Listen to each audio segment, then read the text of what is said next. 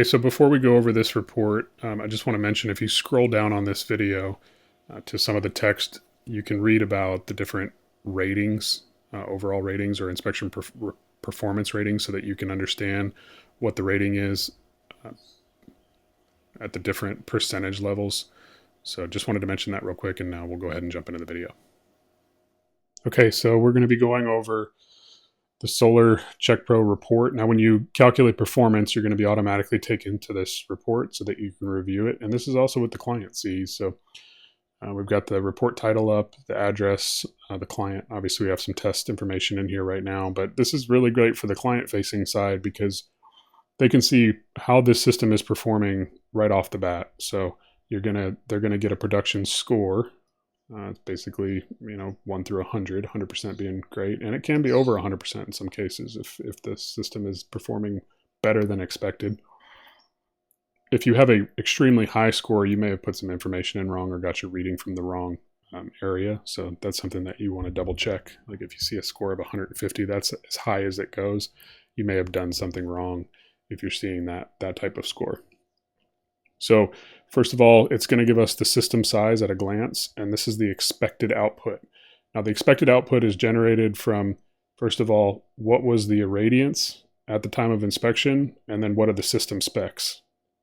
That's how we get the expected output. And then the measured output is the irradiance and the reading that you got off of the electrical, or in some cases, the amp or the inverter display.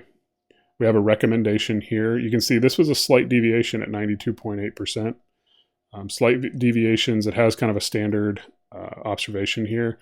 Now, if you have an older system, they tend to derate and lose performance over time. So you can expect maybe up to a 1% a year. So if you have a 10-year-old system, you may be looking around this range of 90 to 92%. So you can talk your clients through that. Say, some loss is expected with age, but we don't account for age because we want to get them an accurate assessment of how their system is performing based on the system size and specs. We're not going to sugarcoat it just because it's an older system. If it's an older system and it's not producing well, they need to know that.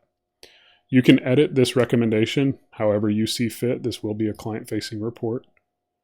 Okay, and it does say slight deviations may be due to slight variations in weather testing, not necessarily a major concern.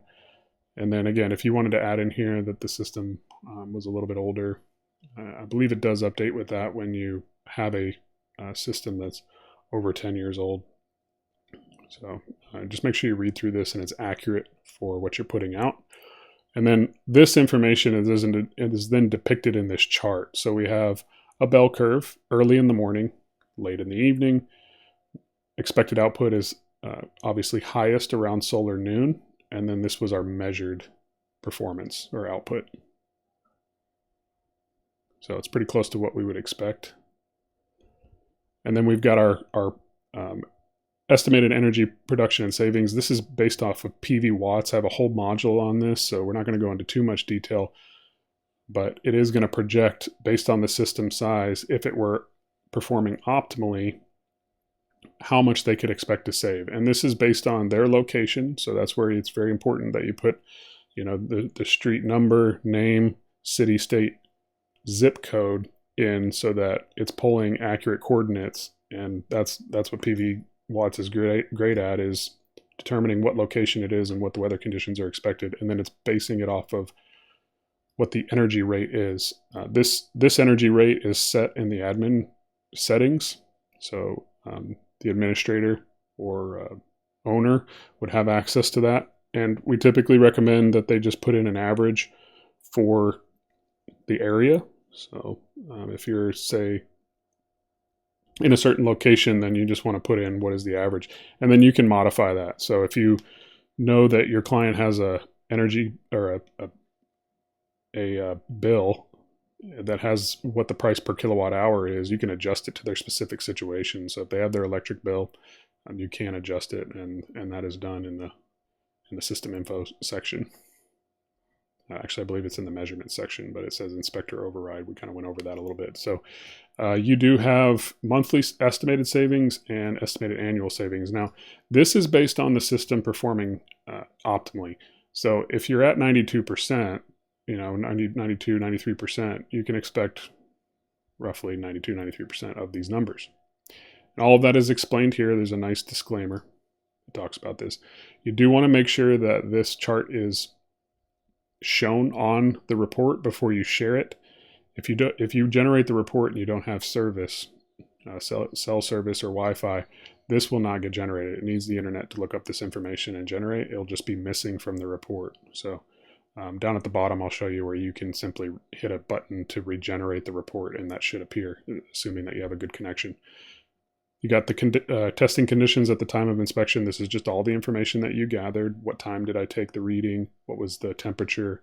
How clean were the panels? What was the irradiance, the panel direction, and the shading? And then we have just a nice, this is kind of client-facing environmental impact, equivalent of planting 361 trees. Very cool. Technical details, these are collapsed by default on the web-based report. You can click into them. It's just all the information that you gather. So these were the electrical measurements, 240 volt system, 30 amps current. That's what we measured off the amp meter. What time was it? And the irradiance reading. We've got the system capacity analysis. So this is your array DC. Remember, direct current is 10.97 kilowatts. And that's derived from these two numbers. And again, we have the older panels and newer panels. So you can rename those panel groups, which is nice because it's really nice for the client-facing side. We have 18 and 11 panels here. Got the wattage for each and what that totaled out to be. And then the array capacity is going to be slightly less because remember there is some loss when we're converting from DC to AC. And then we do have the inverter AC capacity, which is in this case lower than the panel capacity. So we are inverter limited here. You're going to be usually either panel limited or what's called array limited or inverter limited. It's good information.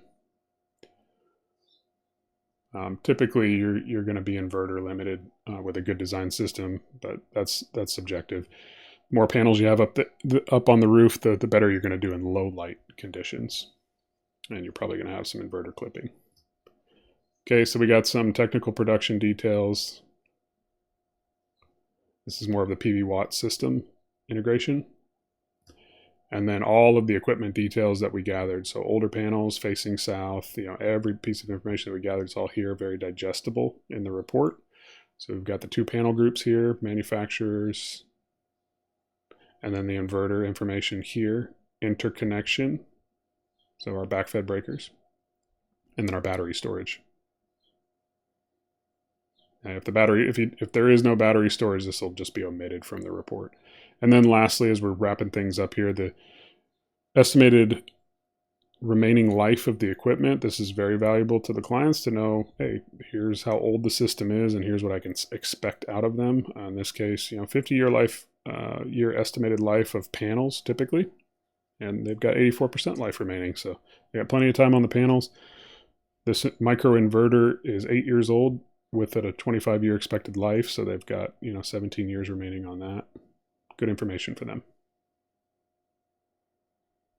Okay, and then very last, this is kind of what you're going to be seeing. So you've got the report link. So if you see this generate report link, it just means that it hasn't been generated yet, and you can just click that button. And again, you can hit regenerate, and that's going to rerun the PV watts. If that chart is missing, that's important because it does need a connection. So you can rename the report title here before you generate the report. Again, just hit regenerate once you rename that. And then make it real easy just to copy the link for the report. You can view the client report after it's generated. And this is exactly what the client's going to be seeing when they open that link. It's a little bit different. That's just the report. Just doesn't have the menu items and some of the stuff at the bottom. Okay, now just real quickly, I do have a separate section on downloading a PDF, but we'll just touch on it here in the video, which is nice. The cleanest way for us to download a PDF from this web-based report was to do it this way. And if you hit this little question mark icon, it walks you through it. So if you're on a desktop laptop, these are the different browsers, Chrome, Edge, Brave, Firefox. It's different on each browser. And then mobile devices, it's slightly different as well. So if you're on an iOS or an Android, so you can quickly kind of skim through that if there's any confusion about it. But it's really simple, and I'm on Chrome right now, but I just hit download report, and it's going to take me to the print interface. Usually the destination is going to be whatever printer you have there. You just select that drop down and go to save as PDF.